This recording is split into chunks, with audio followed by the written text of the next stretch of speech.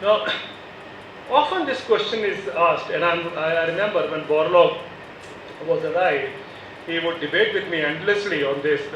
Since I was the agriculture correspondent of Indian Express, would always get a chance to travel with him to Punjab and Haryana whenever he would come to India.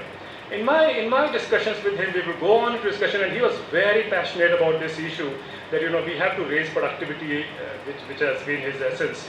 Now, at one time, I remember he telling me that if India had not gone in for green revolution, and I'm sure you have read this figure again and again, we would have required 58 million hectares more to produce the same kind of food that we would have produced or we required to produce. Several years later, several decades later, before he died, I and he were debating at the Royal Institute in London the aftermath of Green Revolution. Of course, he was Borlaug and I was a non-entity, but we debated. And when I was debating, I told him, yes, it is true that if India had not gone in for Green Revolution, we would have required 58 million hectares more. But the fact of the matter is, 40 years after Green Revolution, 130 million hectares is faced with varying degrees of degradation in India. So this is the cost that we have paid over the years. But to say that, this is something that it was inevitable, we must do it, I think it runs into not only his fascination for pesticides and fertilizer, but also beyond that, he would also castigate everyone who would question that kind of methodology or question that system. I remember once asking him a question about pesticides, and if you remember that book Rachel Carlson had brought out, Silent Spring, I asked him a question. I said, what do you have to say about Rachel Carlson's book, Silent Spring? She said she is a terrorist. These are the people who don't want the poor to be fed. These are the people who actually want to keep the world hungry. Anyway, his argument was that pesticides are like medicines, and they have to be taken as carefully as medicines are. And so therefore there is nothing wrong with pesticides. Of course, now the entire world, including the science that we talk about, genetic engineering, which we are all critical about, is also actually trying to solve the problem of pesticide pollution by the new technology. So there is although Borlaug would deny that, but the fact of the matter was that, as I said earlier, quoting David Pimentel, pesticides were actually not required.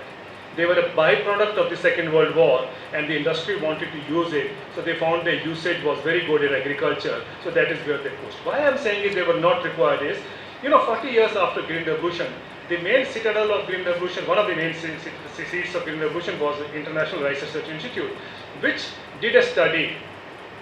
And I remember the study said very clearly, Robert Cantrell, the then Director General of IRRI, who sat with me on several committees, would go on talking about it. He said, and I quote, he said, "We now realize that pesticides in Asia are a waste of time and effort." He said, "We now realize that pesticides on rice in Asia are a waste of time and effort. Farmers in Vietnam, farmers in Cambodia, farmers in Bangladesh, farmers in India have proved that you can grow a higher crop of rice without using pesticide." These are the words of International Rice Research Institute. I thought IRRI, which gives you all the wherewithal for technological research within the country, should have ensured that Indian scientists also follow the dictum that pesticides on rice are not required.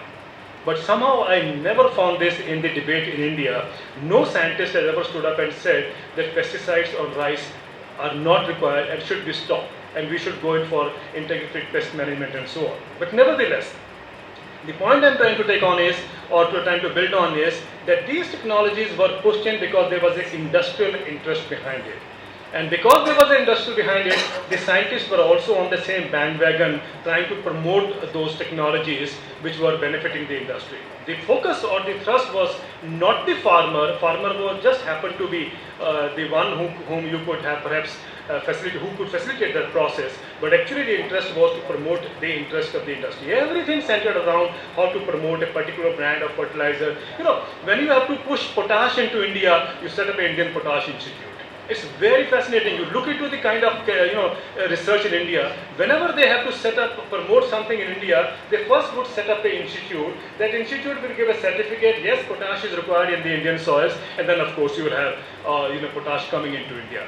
Similarly, the micronutrients. There are now 15, 16 micronutrients that the soil requires after being depleted because of the intensive farming systems. So we have the institutes now which promote micronutrients, which tell you that balanced use of chemical fertilizers and so on and so forth to justify that you start using all those micronutrients also. So anyway, the thrust is that you must use help the industry to grow out of it. Now 45 years after Green Revolution began in 1966. The seeds were sown in 1966 by Mrs. Indira Gandhi. Now the fact of the matter is 45 years we were told by agriculture scientists and the economists, don't forget the role of economists ever. The economists told us that the more you sow, the more is your productivity, the more will be your income. I'm sure you have heard it all, So we have been telling farmers that you go in for intensive farming system, more chemical fertilizer, more pesticides, more hybrids, the more your productivity will go up, the more will be your income. So what is the average income of a farming family after 45 years of Green Revolution? The National Sample Survey Organization did this only once. In 2003-2004, they first time computed what is the average farm income in this country.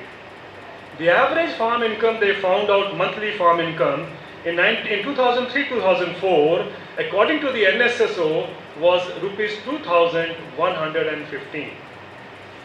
After 45 years of Green Revolution, the average income of a farming family per month was rupees 2,114, which included rupees 900 for non-farm activities also. There were only 3 states above it. Above the national average, only 3 states. J&K, Punjab and Tamil Nadu. Rest all were below that average, which means Bengal was also below that average, which means your farmers are still not above the poverty line. If you are living in Calcutta or live in Delhi, I think for a maid servant who comes to clean your house for 1 hour in the morning, you pay her a minimum of at least 2,000 rupees. And here is one family with 5 members of a family intact, earning only, if they're working 24/7, the average income is only 2,150.